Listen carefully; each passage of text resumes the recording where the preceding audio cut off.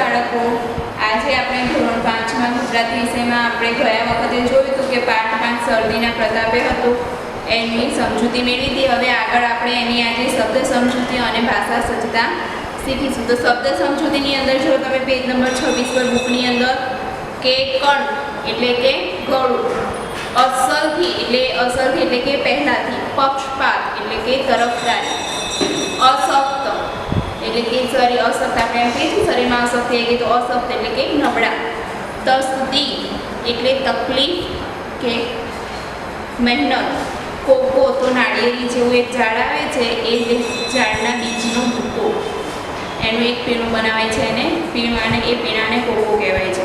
અલબત્ત એટલે કે જોકે, મહેરબાન એટલે કે હિત તેમજ ભલું ઈચ્છનાર કે કરનાર, મહેરબાન એટલે હિત કે ભલું ઈચ્છનાર કે કરનાર।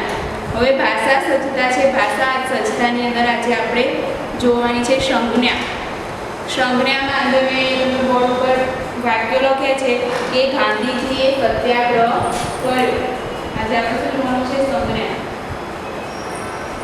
તો ગાંધીજીએ સત્યાગ્રહ કર્યો, તેની અંદર ગાંધીજી નીચે લીટી દોરેલી છે મેં, એના પછી હિમાલય સૌથી ઊંચો પર્વત છે, તો હિમાલય અને પર્વત એ બંને વચ્ચે લીટી દોરેલી છે। લીમડાનું દાંતણ ઉત્તમ છે, તો લીમડા અને દાંતણ। પછી મોર આપણું રાષ્ટ્રીય પક્ષી છે, તો મોર અને પક્ષીની જે લાઈન દોરેલી છે। સત્યનો હંમેશા વિજય થાય છે, તો સત્ય અને વિજયની નીચે અંડરલાઈન કરેલી છે। તો આ જે મેં વાક્યો કીધા એ વાક્યોમાં ગાંધીજી, હિમાલય, લીમડો, દાંતણ, મોર, પક્ષી, સત્ય વગેરે શબ્દો છે। એ શબ્દો શું સૂચવે છે? એ જે શબ્દો બતાવ્યા છે અંડરલાઈન કરી એ શબ્દોને સંજ્ઞા કહેવાય છે। તો તમારે જે સંજ્ઞા છે એની જે વ્યાખ્યા કરવા જઈએ તો શું થાય કે ચોક્કસ વ્યક્તિ, પશુ પક્ષી, પદાર્થ, જાતિ, વસ્તુ, ભાવ કે શબ્દ સમૂહ સૂચવતા શબ્દોની સંજ્ઞા એટલે કે નામ કહે છે। સાંભળજો ફરીથી કે ચોક્કસ વ્યક્તિ, પશુ પક્ષી, પદાર્થ, જાતિ, વસ્તુ, ભાવ કે સમૂહ સૂચવતા શબ્દોની સંજ્ઞા કહે છે, એટલે કે નામ પણ એને કહેવાય છે।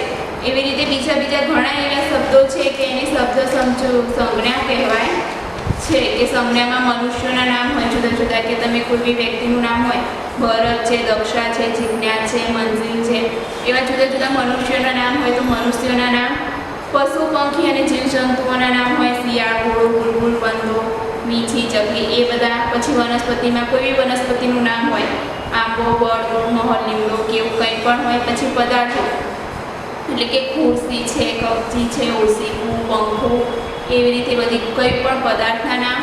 લાગણી કે ભાવ, હવે તમારી જે લાગણીઓ હોય કે કરુણા, દયા, સાચું બોલવું, અહિંસા, નિષ્ઠા, પ્રેમ, એ બધા જે લાગણીનો ભાવ દર્શાવતા હોય એ બધાને સંજ્ઞા કહેવાય છે। તમારે અમુક વાક્યો આપેલા હોય એમાંથી તમને એમ કીધું હોય કે નીચેના વાક્યોમાંથી સંજ્ઞા શોધીને લખો, તો તમને આવડવું જોઈએ। તમે બોર્ડ પર વાક્યો લખ્યા હતા કે તમારી બુદ્ધિમાં પણ આપેલા છે કે ગાંધીજીએ સત્યાગ્રહ કર્યો, તો ગાંધીજીએ જે સત્યાગ્રહ કર્યો એમાં કયો શબ્દ છે સંજ્ઞામાં? તો ગાંધીજી છે નામ છે, તો એ શું છે? સંજ્ઞા છે। એના પછી બીજું છે કે હિમાલય સૌથી ઊંચો પર્વત છે। અહીંયા જે હિમાલય પર્વત છે તો પર્વત છે એ પદાર્થ જે એન નામ નીચે અંડરલાઈન, અને હિમાલય પર્વતનું નામ છે, કોઈ બી નામ હોય એ પણ સંજ્ઞા કહેવાય। એટલે હિમાલય અને પર્વત બંને શું છે? સંજ્ઞા છે। એવી જ રીતે લીમડાનું દાંતણ ઉત્તમ છે। દાંતણ એ વસ્તુ છે, તો દાંતણ નીચે અને લીમડો એક ઝાડનું નામ છે તો એના નીચે અંડરલાઈન છે, એટલે એ બંને સંજ્ઞા છે। એવી જ રીતે મોર આપણું રાષ્ટ્રીય પક્ષી છે, તો મોર એ પક્ષીનું નામ છે અને પક્ષી એક જાતિ છે, તો એ બંને સંજ્ઞા કહેવાય છે। સત્યનો હંમેશા વિજય થાય છે, તો સત્ય એ લાગણીનો ભાવ છે એ અને વિજય પણ થાય છે, એ બંને છે એ સંજ્ઞા છે। એટલે કે બંને સંજ્ઞા વાક્યમાં તમને શોધીને લખવાનું કીધું હોય તો કઈ સંજ્ઞા છે તમારે દર્શાવ। એવા હું બીજા કેટલાક વાક્યો કહું છું, એ સાંભળો કે બળદ ઉપયોગી પશુ છે, તો એ બંનેમાં સંજ્ઞા કઈ છે? તો બળદ અને પશુ। નદીના નીર ખળખળ વહે છે, તો નદી અને નીર એ બંને પણ સંજ્ઞા છે. અમદાવાદ મોટું શહેર છે, તો અમદાવાદ અને શહેર એ બંને પણ સંજ્ઞા છે. લશ્કર કૂચ કરે છે, લશ્કર એટલે કે સેના, એટલે કે સેના કૂચ કરે છે, એટલે કે લડાઈ માટે તૈયાર થઈ ગઈ છે તો આગળ વધે છે, તો લશ્કર છે એ સંજ્ઞા છે. ચા શરીર માટે હાનિકારક છે, તો ચા એ વસ્તુ છે અને શરીર એ બંને નીચે અંડરલાઈન કરીને લખવાનું કે સંજ્ઞા. અહીંની હવા જરા એવી છે, તો હવા છે એ સંજ્ઞા છે. હવે આપણે ગુજરાતમાં પ્રવેશી ગયા. ગુજરાત એ વાક્યની અંદર ગુજરાત છે એ સંજ્ઞા છે. રાધિકાનો હાર તૂટે છે, તો એ વાક્યની અંદર રાધિકા અને હાર એ બંને સંજ્ઞા છે. ગામમાં વસનારા માણસ ઓલદોલ, એટલે ગામ અને માણસ એ બંને શું છે? સંજ્ઞા છે. વોલ્ટર આનંદથી રમત જોવા લાગ્યો, તો વોલ્ટર આનંદ અને રમત એક વાક્યની અંદર એક જ સંજ્ઞા હોય એવું ના બને. એક વાક્યની અંદર બે કે તેથી વધુ પણ સંજ્ઞા હોઈ શકે છે. તો આ વાક્યની અંદર વોલ્ટર, આનંદ અને રમત ત્રણ સંજ્ઞા છે. એટલે તમે સંજ્ઞા પૂરેપૂરી સમજી જાઓ કે ચોક્કસ વ્યક્તિનું નામ હોય, પશુ પક્ષીનું નામ હોય, પદાર્થ હોય, કોઈ જાતિ હોય, કોઈ વસ્તુ હોય કે ભાવ દર્શાવ્યો હોય કાં તો સમૂહ દર્શાવતું હોય, તો સમૂહ દર્શાવતા શબ્દને સંજ્ઞા કહેવાય છે. હવે મેં તમને જે સંજ્ઞા શીખવાડ્યું એ સંજ્ઞા વિશે હું તમને પીડીએફમાં તમને થોડા પ્રશ્ન મોકલીશ વાક્યો. એ વાક્યમાંથી તમારે સંજ્ઞા શોધી અને પછી તમારી ગુજરાતીની નોટબુકમાં શબ્દ સમજૂતી લખી એની નીચે જે વાક્યો લખી મોકલીશ એ તમારે લખવાના છે અને એની અંદરથી સંજ્ઞા શોધીને લખવાની છે. હવે એના પછી આપણે જોઈશું સ્વાધ્યાય. સ્વાધ્યાય છે એની અંદર નીચેના દરેક પ્રશ્નના ઉત્તર એક એક વાક્યમાં લખો. તો પહેલો પ્રશ્ન છે, એમાં પહેલો પ્રશ્ન, ગળે પડવાની ટેવ કઈ બીમારીને વધારે હોય છે? તો જવાબમાં એવું લખવાનું કે ગળે પડવાની ટેવ શરદીની બીમારીમાં વધારે હોય છે. એના પછી છે બીજો પ્રશ્ન કે લેખકને સદગૃહસ્થ આવકાર આપતા કયું વાક્ય બોલે છે? તો લેખક જ્યારે સદગૃહસ્થના ઘરે જાય છે ત્યારે આવકાર આપતા વાક્ય બોલે છે, તો લેખકને આવકાર આપતા સદગૃહસ્થ આ વાક્ય બોલે છે કે ઓહો આજ કંઈ આ તરફ, કેમ તબિયત તો સારી છે ને? પછી ત્રીજો પ્રશ્ન છે કે લેખકે કોકોની વાત વખતે ડોકું શા માટે હલાવ્યું? હવે લેખકે કોકોની વાત કરી, ચા કોફીની વાત કરી ત્યારે તેમને ચા કોફી મળી નહીં, એટલે લેખકે કોકોની વાત વખતે કેમ ડોકું હલાવ્યું? તો બોલવાનું કે લેખકે કોકોની વાત વખતે ડોકું હલાવ્યું કારણ કે જો પોતે મોડેથી બોલશે તો ચા અને કોફીની જે કોઈ ગુમાવશે. એના પછી છે પ્રશ્ન 2 કે નીચેના પ્રશ્નોના ઉત્તર લખો. તેની અંદર છે પહેલો પ્રશ્ન, લેખકને પેલા સજ્જન વિશેની કઈ વાતની ખબર નહોતી? હવે લેખક જ્યારે પેલા સદગૃહસ્થના ઘરે ગયા હતા ત્યારે એમને સામેવાળા સજ્જનની કઈ વાતની ખબર નહોતી? તો જવાબમાં લખવાનું કે લેખકને એ વાતની ખબર ન હતી કે પેલા સજ્જનની બીજી ઇન્દ્રિયો કરતાં કાન કંઈ ઓછું કાર્ય કરે છે, એટલે કે કાન સાંભળતા ઓછું હતું એટલે કાન કંઈ ઓછું કાર્ય કરે છે. એના પછી છે પ્રશ્ન 2, લેખક સજ્જનને મળ્યા તે વખતની બંનેની સ્થિતિ કેવી હતી?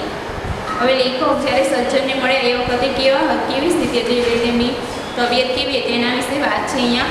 તો લેખક સજ્જનને મળ્યા તે વખતે લેખકનો અવાજ ઠેઠ ઊંડો ઉતરી ગયેલો હતો અને એ સજ્જનના કમજોર કાન શરદીને લીધે વધારે અશક્ત બન્યા હતા.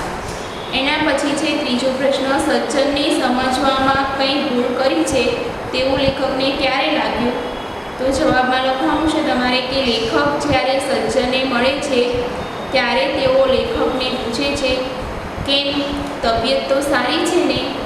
જવાબમાં લેખક કહે છે જરા શરદી થઈ છે. ત્યારે એ સજ્જન કહે છે કે મને શરદી થઈ છે એમ તમને કોણે કહ્યું? આ પ્રકારના જવાબથી લેખકને લાગ્યું કે સજ્જનને સમજવામાં કંઈ ભૂલ થઈ છે. ચોથો પ્રશ્ન છે કે લેખકને ચા પીવાની હા પાડી છતાં ચા કેમ ના મળી? તો શરદીના લીધે જે ઓછું સંભળાતું હતું એના કારણે લેખકને ચા પીવા મળી નહોતી. તો અહીંયા જવાબમાં તમારે એવું લખવાનું છે કે પેલા સજ્જને લેખકને ચા માટે પૂછ્યું ત્યારે લેખકે કહ્યું કે બનતા સુધી ચાની હું ના નથી કહેતો, પરંતુ પેલા સજ્જનને સાંભળવામાં તકલીફ હતી હોવાથી તેઓ એવું સમજ્યા કે લેખક ચા નથી પીતા. આથી લેખકે ચા પીવાની હા પાડી હતી, છતાં તેમને ચા ન મળી. હવે એના પછી છે પ્રશ્ન 3, નીચેના શબ્દોની જોડણી સુધારો. તો તમને અહીંયા આપેલા છે 5 શબ્દો: ગૃહસ્થ, સ્થિતિ, તબિયત, સુલોચના અને નિશ્ચય. તો અહીંયા જે લખેલા છે એ બધી જોડણી ખોટી છે, તો તમારે એ જોડણી સુધારીને લખવાનું છે.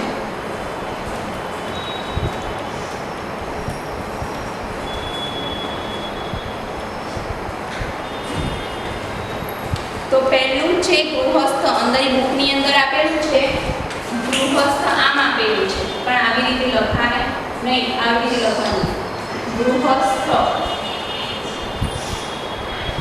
એના પછી સ્થિતિ. બુકની અંદર આમ સ્થિતિ લખેલું છે, આ સ્થિતિ લખેલું ખોટું છે, સ્થિતિ આમ લખાય. એના પછી છે તબિયત. તબિયત આવે.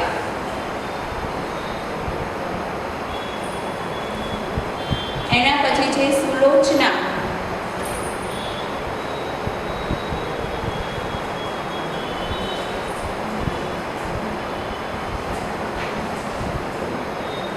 તો તમારી બુકની અંદર જે સુલોચના કરીને આપેલું છે એમાં સુલોચના.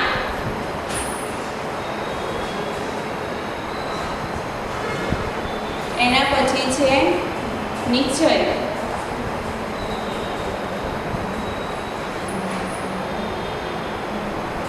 નિશ્ચય આવી રીતે જોડણી સુધારીને લખવાનું છે. હવે આપણે જે આપણો જે પ્રશ્ન 4 થી બાકી છે એ આપણે આવતા લેક્ચરમાં જોઈશું. ધન્યવાદ.